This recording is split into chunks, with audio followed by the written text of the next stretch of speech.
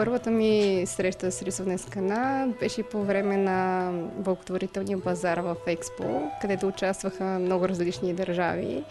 И един от щандовете, които посетих, беше този на Ирак. Там също представяха рисуване с кана. Много ми хареса начинът, по който жената рисуваше, самото спокойствие, докато чакаш да се изрисува всяка една част на самата рисунка и самата красота ти въздейства по много хубав начин. Автора е Мани. Представляват нейното настроение и чувства. В принцип, когато идвам при нея, обичам да я оставям да се развихря върху мен, защото за един творец е много важно точно това, да му дадеш свобода. Когато го ограничиш, той не може да отдаде енергията, която и да иска, просто няма да е същото. Ти можеш да искаш цветя, обаче той не иска цветя. И тези цветя няма да са цветя, независимо ти как ги виждаш. Предполагам, че имат някаква магическа сила, но това зависи според мен и от човека, който рисува, и неговата енергия, която той пренася чрез тази рисунка върху тялото на един друг човек.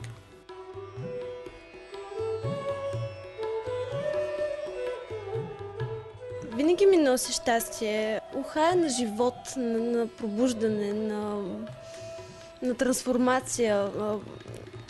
Примерно, много пъти съм се чувствала потисната и с Мани, когато сме рисували, веднага усещам как се пропуква всичко в мен и негативното си излиза, без аз всъщност да правя нещо повече. Това е някакви, не просто рисунки, някакви закодирани елементи, които имат сила и когато човек вярва, това може да се случи.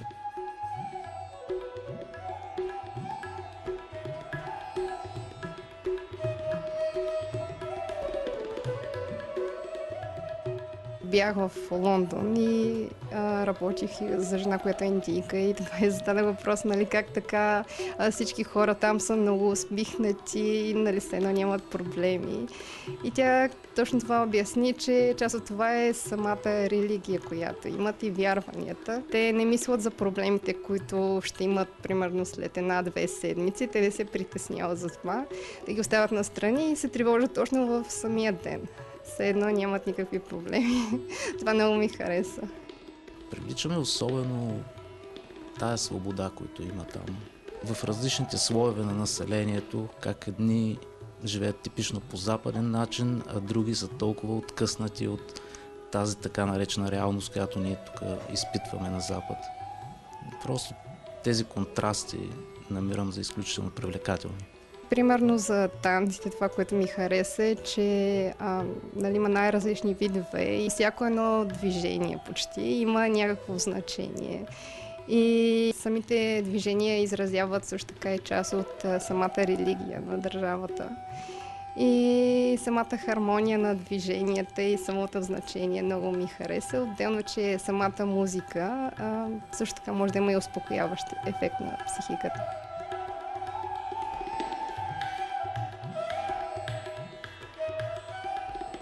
Харесва ми култура, език, традициите, филмовете. Също и рисуване с кана, музика. Вие сте от Украйна, но живеете и работите в България. От колко години? От 1 година и половина. Се занимавам с българско вино. Намирате ли нещо общо между българското вино, украинската култура и индийската от трета страна?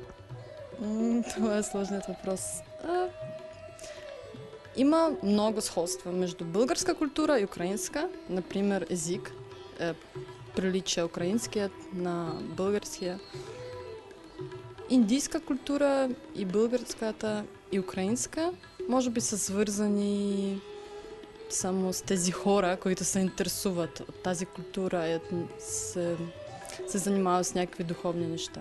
Когато се занимаваш с йога или четеш някакви книги, могат да ти покажат начин на какъв може да започнеш да мислиш по друг начин и да видиш живот също под някакъв друг кът. И това е нещо ново и нещо необичайно, което хора не могат да забелязат всеки ден.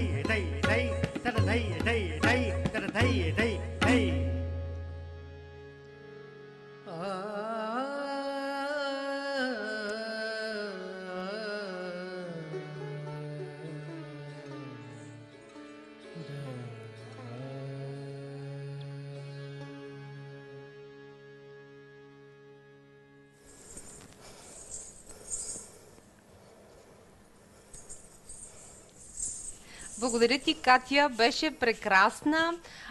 Това, което видяхте, уважаеми зрители, беше един невероятен индийски танц в изпълнение на Катя Тошева, която е преподавател по индийски танци, а до нея вече е и Мануела Игнатова. Всъщност заедно с нея ние изгледахме този танц. Мануела е художник с кана. Как сте, момичета, в този февруарски ден? Прекрасно. Благодаря много за поканата. Аз се чувствам повече от добре. Не ти ли е много рано за този тип индийски танци? Беше ми малко рано за този тип грим. Иначе за танци, всяко едно време е подходящо.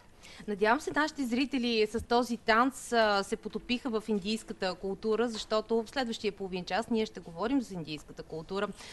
Ти си преподавател по индийски танци. Да. Самата теб, какво те провокира да се обърнеш към индийската култура? Какво те запали? От кога датира тази любов към индийската култура? Ами, какво ме запали, не знам. Какво точно се случи, наистина е непонятно за мен. Може би е някаква случайност, но всъщност от инженер се превърнах в танцор. Това е наистина много интересно и странно. Да. Всъщност ти си дипломиран инженер, така ли? Да. И работих като инженер. Но в някакъв момент просто открих йога, започнах да практикувам йога и оттам започнах да чета повече за философията, за културата. Стана ми интересно, открих и танците и от този момент нататък живота ми просто започна да се променя. Потънах все по-дълбоко в символиката, в идеите на индийското танцово изкуство, класическо танцово изкуство. И от този момент нататък разбрах, че нямам друго призвание, освен да се отдам на това нещо, на изучаването на този вид танц. Има ли много желащи, които искат да се научат на индийските танци? Напоследък има. без да се шегувам, но наистина индийските сериали, които гледаме толкова често, оказаха голямо влияние. Да. Но между другото, така, аз докато наблюдавах твоя танц, той е свързан и с едни движения, за които според мен се изисква и физическа култура и подготовка. Защото имаше едни такива задържания, които, нали, ако човек не е трениран и не е свикнал да ги прави, надали ще може да ги направи. Това как се постига? Ами, с упорити тренировки и повторения, Занимания. разбира се. Но също така е хубаво да имаш една вътрешна нагласа, едно вътрешно спокойствие. Този тип танци, те са си йога. Принципите на йога се съдържат и в този тип танц. Тоест, когато ти си фокусиран и насочен и си точно тук, в този момент, в това, което правиш, няма как да не се получи. Добре, да попитаме и Мануела, която е по-известна сред приятелите си като Мани. Те в какво те обърна към индийската култура, защото всъщност ти ще ни покажеш и как се рисува с кана. А изкуството за рисуване с кана е част от цялата философия. Да, всъщност рисуването с кана е една магия. Магия. Абсолютна, която много бързо почувствах близка, защото аз обичам да рисувам от малка. Не ми казвай, че ти си инженер. Аз съм завършила сценография. Добре, нещо по-близко до Да, рисуването по-близко е с нещо, кана. което също с много любов изучавах. Не съм го работила, но ми беше много приятно да... Свързвате с изкуството като цяло. И рисуването дойде с кана, се появи чрез една книжка от много добри приятели, които знаят, че аз обичам рисуването и рисунките по тяло. Тогава видях любимите си мандали, които изобразявах на листове с различни техники върху телата. Всъщност да разкажем малко повече за символа на мандалата, защото като че ли в рисунките...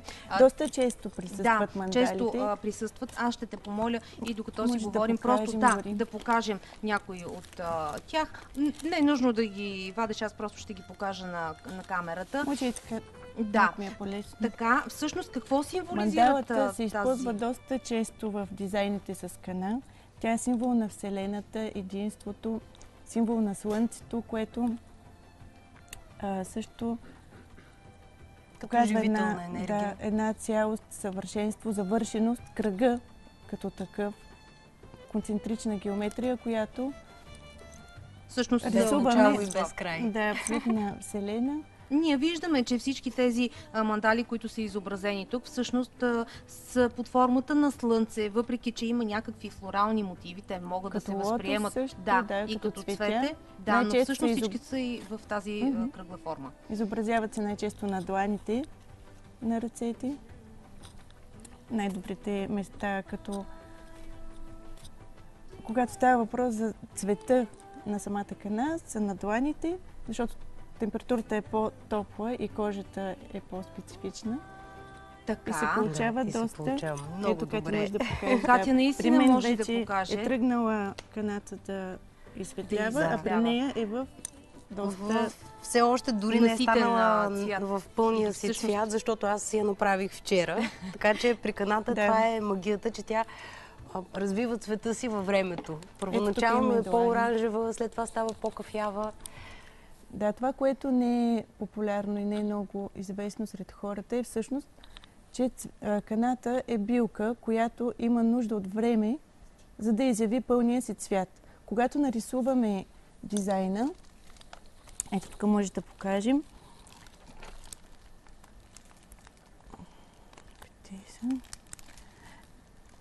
Когато имаме дизайна току-що направен с пастата, цвета изглежда черен, но тази паста се напуква и се изронва. Така. След като падне, цвета е ярко-оранжев. Като това, което виждаме на другата снимка. Като има нужда от 2 дни, за да се получи пълният цвят, който е тъмно кафяв през червено. Да, ето може би, ето това. Пак зависи от самата кана, но в нюансите от кафяво до червено. Добре. Сега, тук при мен има и едни червени точки, които са задължителен елемент от индийската култура. Така е. Катя, ще ни разкажеш ли повече за тях и всъщност как се наричат? Бинди. Тези червени точици, искаш ли да ти помогнат? Да. Това са съвсем обикновени лепенки в случая, Така. които индийките поставят на челото си. Да сложим на твоето челце. Всеизвестен факт е, че тази червена точка, ето, добре и на личицето ти. Червената точка естествено се свързва с това дали жената е омъжена или не. Но пак има значение в кой район се намира тази жена, защото ако е в Южна Индия, например, може да носи бинди и да не е омъжена. Но на север биндито е признак, че вече Добре, е да предположим, че аз съм от челото. северния район на Индия и абсолютно си отговаря на състоянието ми актуалното в момента. Аз съм омъжена. А защо точно червена точка? Има ли някаква символика? По принцип... Привлича ли някакви сили? По принцип казват против уроки. И наистина, когато имаш една червена точка на лицето си, почти никой не може да те погледне право в очите и да те урочаса. Всичко отива в червената точка. В началото тя е била червена. Сега вече използват и различни цветове и дамите използват биндитата дори като допълнителен аксесуар към своето облекло, комбинират го с цветовете, може да са добавени камъчета, които блещукат. Изобщо в индийската традиция е много важно украсата. Затова те имат украшения на всяко едно местенце. Да, и ти наистина така много, всички тези детайли присъстват днес и в твоя външен вид и в облеклото ти. А този костюм е специален костюм, който е за танци? Да, това е костюм, който се използва в един класически индийски храмов танц, който се нарича катак и е от северната част на Индия. За него са типични много бързите движения с крака, които следват сложни ритмични последователности и всъщност танцора със своите звънченца на краката, той е участник в оркестъра. Ние ги чувахме през цялото време, но сега ти ги показваш, за да няма скрито покрито за нашите зрители. Така, значи танцорът по този начин се слива с оркестъра. Той се слива с оркестъра, да. Индийките имат щастието да танцуват почти винаги на жива музика. И всъщност... Самата ти колко танци владееш или те всички са една поредица от движения, които всеки път правят танца различен? Или си има чисто класически танци, за които ти спомена? Има класически танци, те са няколко вида, като аз изучавам 3 от тях. Колко владея, това е много нескромно да кажа. Аз все още се обучавам. И това, до което съм достигнала, е една малка прашинка от това, до което може да се достигне. И аз така в духа на индийската традиция казвам, че надявам се, че в следващите животи ще успея да продължа това развитие. Да, очевидно наистина имаш страст към танцуването и въобще много е близка до тебе и до личната ти философия индийската култура. Аз предлагам сега, Мани, просто да ни каже малко повече за рисуването с кана, защото, доколкото разбрах, ти ми каза, че тук си ни донесла една кана, която е на прах. В сухия й вид, когато листата са изсушени и са смлени на прах. Всъщност тя е зеленикава. Да, това е цвета, когато тя е суха. След което какво се прави? Ти ми каза дори, че може да се приготви в домашни условия. Самото приготвяне на пастата всъщност е част от самата магия да се случи рисуването, защото вкъщи си приготвяме смес от лимонов сок, захар и различни етерични масла, които всеки автор си има негова лична рецепта. Разбира се, да. По принцип най-често ползвани са лавандула, чайно дърво, евкалипт. Тук имаме в нашата кана, която днес ще рисувам, карамфил и евкалипт. Както и самата билка на прах, малко лимонов сок, който помага като киселина да се освободи цвета, както и захар, която пък прави така, че пастата да засъхва по-бавно върху тялото и да залепне, да се задържи възможно най-дълго защото е важно тя да остане по-дълго време върху кожата, възможно най-дълго, за да се получи това взаимодействие с химията в тялото. Тя е билка, която не ни боядисва като боя кожата. Като химическите Да. бои, да, или като татуировките, които се правят. Просто иска време да постои, да се загрее също. Хубаво е да се затопли. Може да се увие с целофанче. От време на време може да се намазва с лимонов сок и захар отново да се увлажни. Искаш ли Пак се да активира. опитаме нещо, като аз така, ще разбира се жертвам за една рисунка. Сега обаче се сещам на длънта или на външната част на ръката да я направим. Какво значение има? Защото деве разбрах, че има Да, някакво когато значение. е на горната част на ръката, казват в Индия, Така. че действа като защитен щит.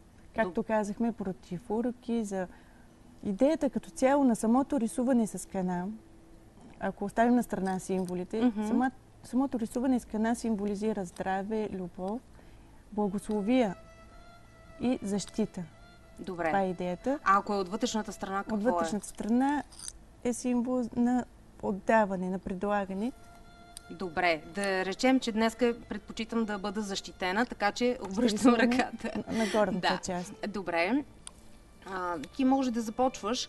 Аз ще попитам Катя, тъй като и тя е доста така добре запозната. Аз казах, че рисуването с кана като че ли последните години се превърна нещо като в модна тенденция. Наистина ли има такова връщане към индийската култура и точно към рисуването с кана, защото дори много известни така популярни дизайнери комбинират своите дрехи с рисунки от кана. Има ли такова нещо? Действително получи се една модна тенденция с рисунките с кана напоследък.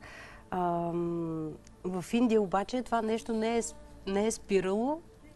То си продължава от дълбока древност.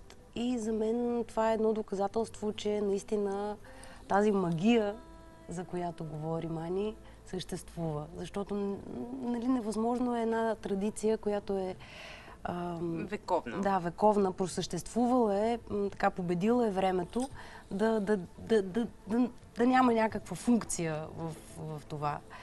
Че е красиво, красиво е, да. Но има и други неща, които са важни. Самото намерение, което влагаме, когато правим рисунката, също я превръща от една красива рисунка в предмет на силата. Всъщност може да с пожеланието за любов, което се отправя също с удоволствието, което аз изпитвам докато рисувам. То е част също от въздействието върху хората, когато... Случва ли се често, когато при теб идват хора и във вашите обучения, които провеждате, те да искат ти да им нарисуваш нещо, а в последствие да решат да се оставят на твоя усет и на твоето моментно състояние? Да, напоследък все по-често това се случва и за мен е голяма радост, защото всъщност това е идеята на рисуването. Не е да копираме картинки като ксерокс, а просто да рисунката да се случи, енергия. Да се случи в момента според настроението и нуждите, които има човека. Ако трябва да погледнем към чисто медицинската страна, рисуването с кана може ли да доведе до някакви алергични реакции? Тоест, когато идват хора, ти питаш ли ги дали имат някакъв тип такава алергия или разчитаме на това, че това е естествен продукт? Естествен продукт е за лечебните свойства, на който се знае твърде малко в България при нас. Най-известна е употребата на каната за подхранване и боядисване на коса. Да, предполагам, че всички дами това го знаят. Но всъщност идеята е, че самата билка, положена върху кожата, тя решава много кожни проблеми. Има охлаждащо действие. Да, аз дори мисля, че почнах да го усещам. Възможно ли е да усещам? Да, абсолютно.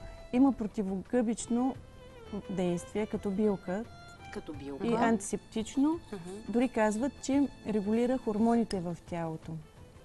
Тоест този процес на проникване. Да, по тази причина много често в Индия и не само в Индия, в Северна Африка, в арабските държави, където вирее растението и се използва, след всеки цикъл жената боядисва, дори не всеки път рисува, а боядисва дланите и стъпалата си. След раждане също жените използват кана, защото знаем, че тогава хормоните са доста разбалансирани. И те просто ползват билката с нейните лечебни възможности. Ето, наистина смятам, че това са малко познати факти, които сега и аз научавам. Друго важно нещо е... Кой ще ти направи рисунката? Да. За мен това е най-важното нещо. Защо? Ами защото... Може ли енергията, която притежава художникът, защото това е вид изкуство, да бъде предадена на този върху който се рисува? Точно така се случва и всъщност наистина е много важно човека, който извършва това действие в момента, който прави тази магия, да е в добро разположение на духа, да е готов да даде. И за това е много... Нали, към това нещо не бива да се подхожда като просто една, да кажем, временна татуировка. Естествено, това може да бъде един екзотичен аксесуар, чудесно е, но преди всичко трябва да знаем, че това е магия, наистина. Много често в Индия използват шаблони. Артистите, хена артистите по улиците, които рисуват, те са, както Мани каза, те са като принтери. Те просто за секунди рисуват нещо. Но нали, в това бързо рисуване на улицата, дори по някой път използват шаблони. Каната е в формата на просто на пастичка, в една купичка и с четка те я нанасят върху ръката, върху която предварително са сложили шаблонче. Нанасят, махат шаблончето, рисунката е готова. Но каква енергия има в нея? Почти никаква. Да, почти наистина. Естествено, каната, каквото и да се нарисува, то е за късмет. Но нали, хубаво е човека, който го прави, да е в съзнание, в момента за това, което прави. И наистина да иска да даде. Тоест, наистина е много важно, така както разбирам, художникът. Много е важно неговото емоционално съзнание, това какъв е той като човек и какво предава, пресъздава. Да. Много е приятно, когато хората наистина си получи обратната връзка и те наистина пишат писма благодарствени, които казват как след рисунката всичко е почнало да им се подрежда и как са намерили любовта на живота си.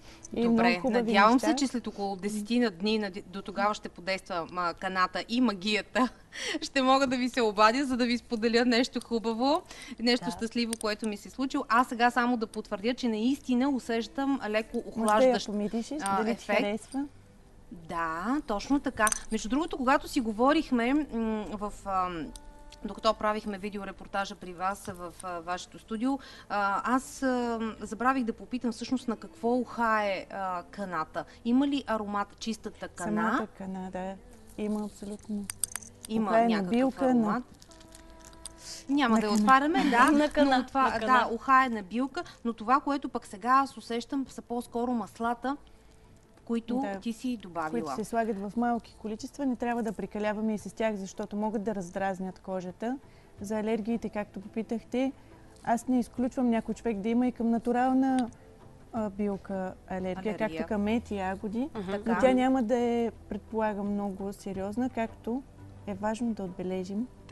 За черната кана, която наричат, всъщност този пигмент, с който рисуват по курортите и наричат кана, цвета му казват, че е черен и това директно трябва да ни подскаже, че всъщност не е кана. Не е кана. А е много силен химикал, който има възможност да направи много силна алергия. Ето това е много важно да заострим вниманието на нашите зрители. Да, идеята е авторите, които го използват, да казват на хората и те сами да решат дали да поемат риска, не да не се използват. Да, разбира се, тук говорим за информираност, без дали иска да рискува, защото много от хората искат да рискуват. И много често ме питат за черен цвят, за да може да е по-контрастно, да се вижда. Аз отказвам абсолютно да го ползвам този химикал. Той е всъщност химикал, който е забранен в Америка да се използва. Дори просто е...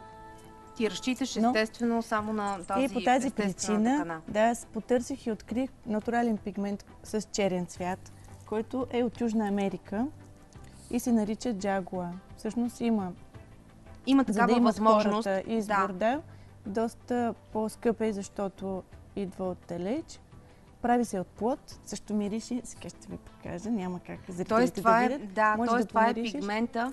От плод Джинипапо от Южна Америка. Как се казва плода?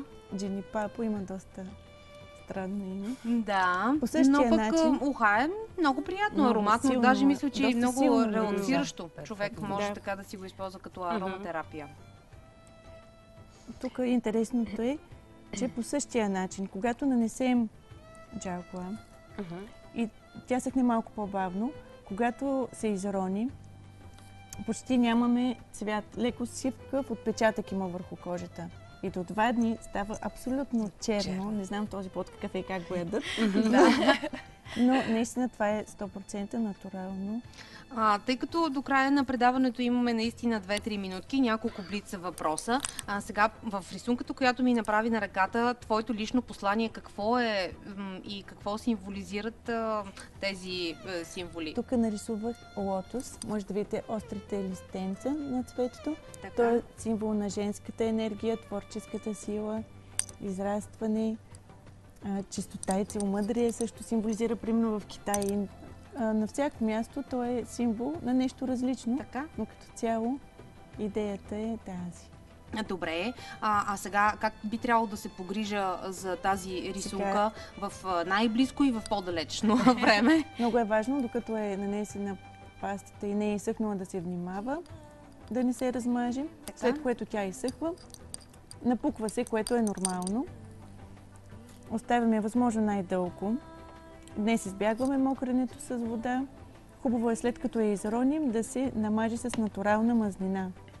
Зехтин може ли? Олио, зехтин дори, да, бадемово, какаово масло, нещо, което имаме. Преди и след къпане, ако се намазва, може да издържи повече от седмица, но това е място на ръката, където в момента сме рисували. Това е... Да, защото все пак ръцете са Да. доста често ги подлагаме на намокряне, така или иначе трайността няма да е толкова голяма. Връзка с това намокрене на ръцете, искам да ти споделя нещо. Постарай се да запазиш рисунката по-дълго време, защото в Индия казват, докато има жената рисунка с кана на ръцете си, тя не пипа никаква домакинска работа. Ау! Така че това с мокренето и миенето на чини, ти си спасена Поне до от около него 8 вече. марта, да кажем, надявам се, и малко след това. Добре, наистина изключително приятен и интересен разговор. Наистина съвсем накратичко. Вие ми споменахте, че утре има един много важен празник в индийската култура. Да. Няколко думи за него. Този празник е Махаши Варатри. Това е нощта на Шива. Шива е господарят на танца. За него танцувах преди мъничко. В текста на това кратко откъсче, което изпълних, се казва: ти си този, който е в постоянна медитация, обсипан с пепел, като мъдреците в планините. Ти си този, който има змия около врата си, с което се символизира всъщност, че той е победител над всичко лошо.